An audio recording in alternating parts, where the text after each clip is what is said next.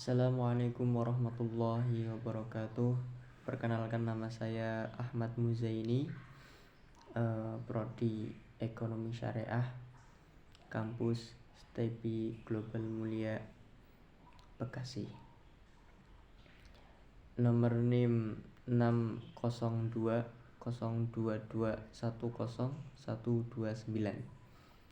Kelas C, mata kuliah Manajemen Bisnis Islam, dosen Muhammad Gufron Ramadhani, SPD MM.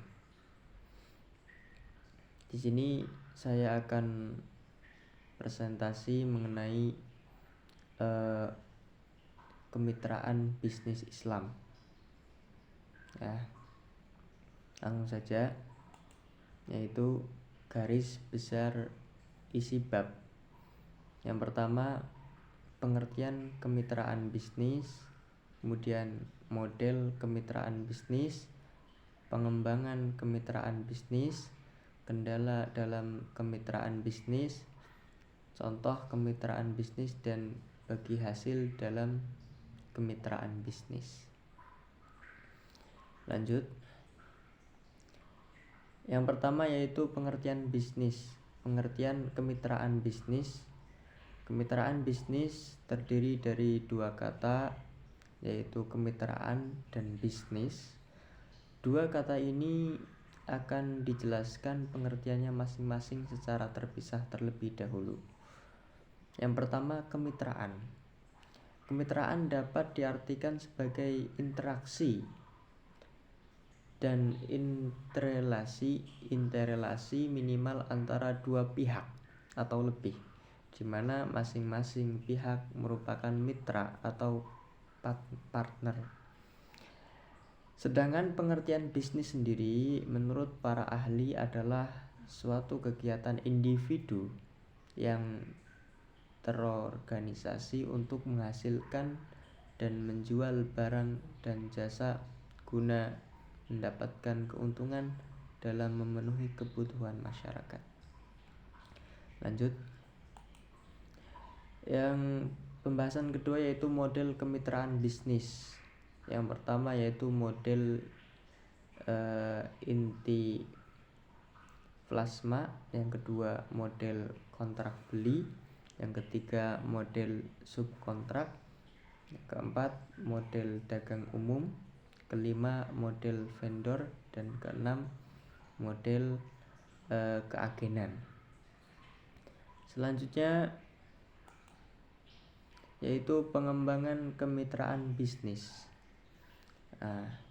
Paling tidak ada 5 hal yang menjadi syarat dalam membangun agar selalu berkembang, yaitu 1.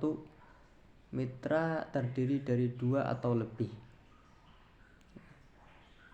2. Memiliki kesamaan visi dalam mencapai tujuan usaha.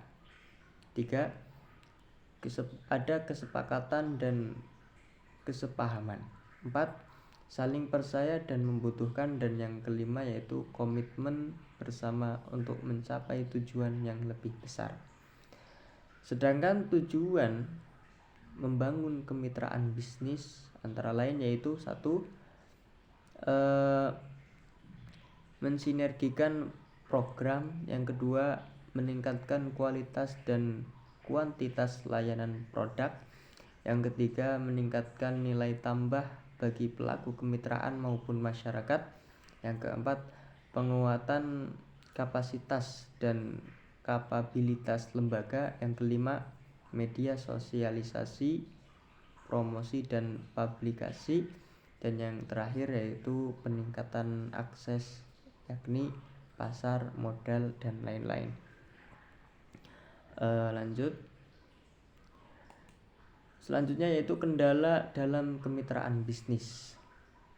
Kendala yang sering muncul di pihak perusahaan mitra menurut Saptana dan Purwantini 2006 yaitu penguasaan pasar, penyalahgunaan posisi, kapasitas manajemen, dan keahlian. ketersediaan dana, kemampuan mengadopsi teknologi baru, dan posisi tawar yang rendah. Oleh karena itu, perusahaan mitra sebagai investor harus memiliki ketersediaan dana yang cukup, dana yang besar untuk bertahan sebelum memperoleh keuntungan. Kalau tidak ada fleksibilitas dalam ketersediaan dana, maka akan mengancam keberlangsungan kegiatan usaha di tengah jalan. Oleh karena itu, kemampuan negosiasi dibutuhkan untuk menjaga agar hubungan kontrak bisnis dapat memberikan keuntungan proporsional bagi kelompok usaha mitra. Kemampuan negosiasi di pihak kelompok atau usaha mitra dapat dilakukan apabila mereka bersama atau kolektif membentuk suatu kekuatan dalam suatu wadah. Oke, next.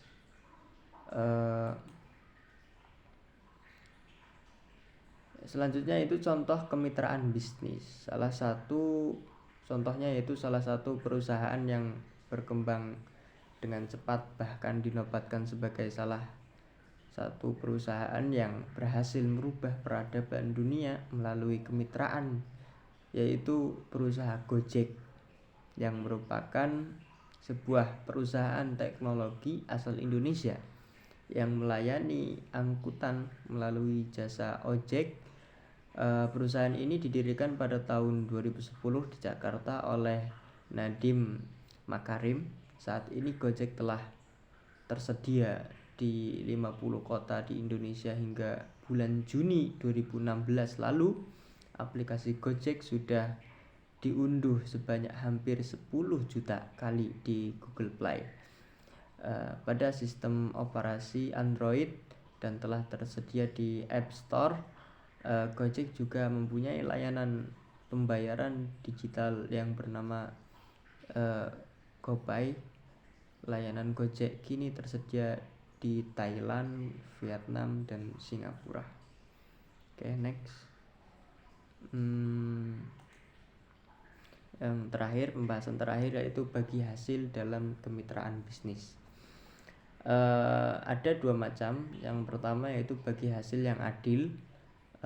Mike Mayer 2012 menawarkan suatu teori yang sangat menarik, yakni teori bagi hasil keuntungan yang adil dalam kemitraan bisnis yang dibangun selama ini.